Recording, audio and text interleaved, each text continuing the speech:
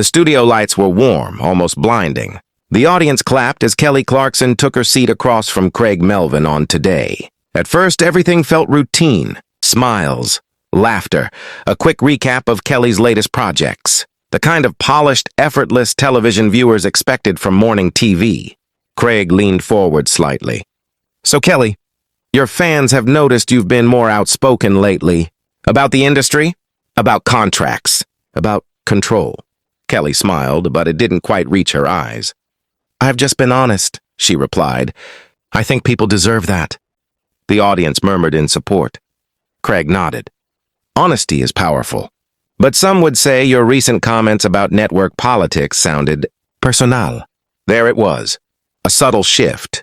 Kelly crossed her legs. "Personal how?" "Well," Creig continued carefully, "you hinted that certain platforms silence artists, that they protect their own interests over truth." The air felt heavier. Kelly's jaw tightened. "I didn't hint," she said calmly. "I stated what I experienced." A few audience members clapped again, uncertain. Creig glanced at his notes. "Did that experience happen here? Within this network?" The question landed like a stone in water. Silence. Kelly blinked once, twice. "You're asking if I felt unsupported?" she asked. "I'm asking if you're accusing this network of limiting your voice." A producer shifted behind the cameras. Kelly let out a small, humorless laugh. "Interesting that we're doing this live." Creig maintained composure. "It's a fair question." She leaned forward now. "What's fair is acknowledging that artists, especially women, are often told to smile, sing, and stay quiet." The audience reacted louder this time. Creig's tone sharpened slightly. "But you've built an empire here. Your own show. Creative freedom. Would you have that if the network truly silenced you?" The smile vanished completely. "Freedom?" Kelly repeated softly. "You think contracts equal freedom?" The room froze. Creig paused. "So you're saying—" "I'm saying," she cut in, "that there's always a price." The tension was no longer subtle.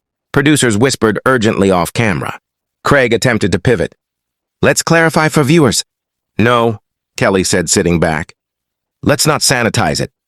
Gasps from the crowd. Creig inhaled slowly. "Kelly, are you comfortable continuing this conversation?" She looked directly into the main camera. "I'm comfortable telling the truth."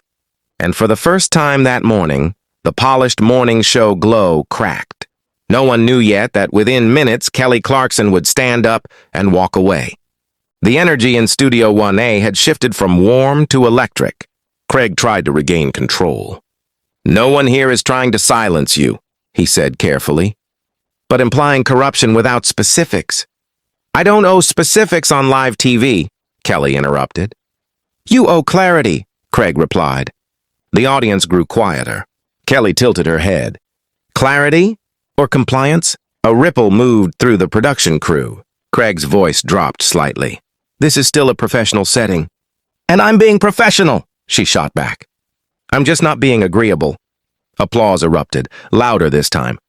Creig raised a hand subtly, signaling for calm. "Kelly, do you believe this network has treated you unfairly?" She exhaled slowly. "I believe the entertainment industry protects narratives. And when you challenge them, doors get complicated." "That sounds like an accusation." "It sounds like lived experience." The control room was in chaos now. A producer's voice echoed faintly. "Wrap it up. Go to break." Creig glanced toward the camera. "We're almost out of time." Kelly looked at him sharply. "Convenient." That word hit harder than any raised voice.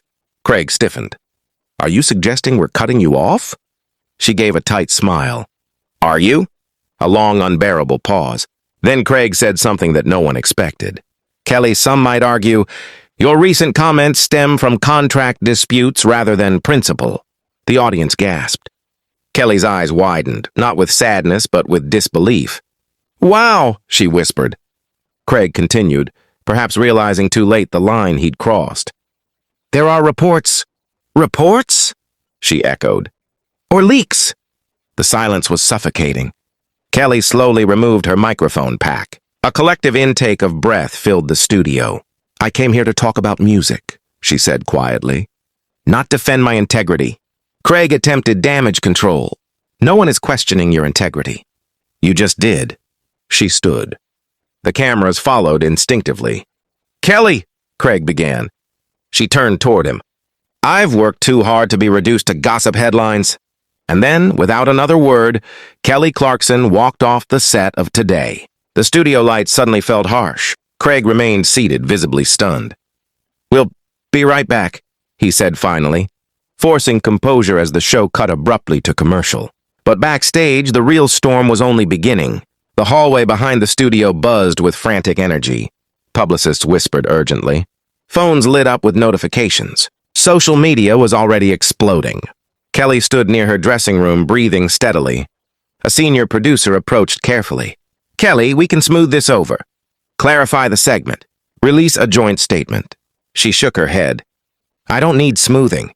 I need respect. Inside the studio, Creig sat with executive producers. That wasn't the plan, one of them muttered. Creig removed his earpiece. I asked what viewers were thinking. You escalated, another replied. Meanwhile, clips of the walk-off flooded online. Headlines appeared within minutes. Kelly Clarkson storms off live TV. Explosive clash on Today. Kelly's phone buzzed nonstop. Support messages, industry peers texting, fans defending her. She closed her eyes briefly. For years, she had balanced diplomacy with honesty, smiled through pressure, negotiated behind closed doors. Today, something snapped. Creig knocked softly on her dressing room door. After a moment, she opened it. They stood in silence. I wasn't trying to attack you, he said. It felt like you were questioning my motives, she replied calmly. I was doing my job, and I was protecting myself. Another pause. Creig exhaled. The network's nervous. I know, she said. Are you planning to make a statement? Kelly considered. Yes, about us, about truth. He studied her face. You realize this could change things. She gave a small, resolute nod. Maybe things need to change. Back in the studio, the show resumed with lighter segments, forced smiles, controlled narratives. But viewers had already seen what happened. Raw emotion, unfiltered tension, and a moment that couldn't be edited out. Later that evening, Kelly posted a simple message. Artists deserve transparency. Conversations shouldn't be feared. No direct blame. No explosive accusations. Just a line in the sand. The next morning, speculation swirled. Was it a misunderstanding? A calculated move? A deeper conflict within the network? Only those inside that studio truly knew. One thing was certain. Kelly Clarkson didn't just walk off a stage. She walked into a bigger conversation. And sometimes the most powerful statement is knowing when to leave.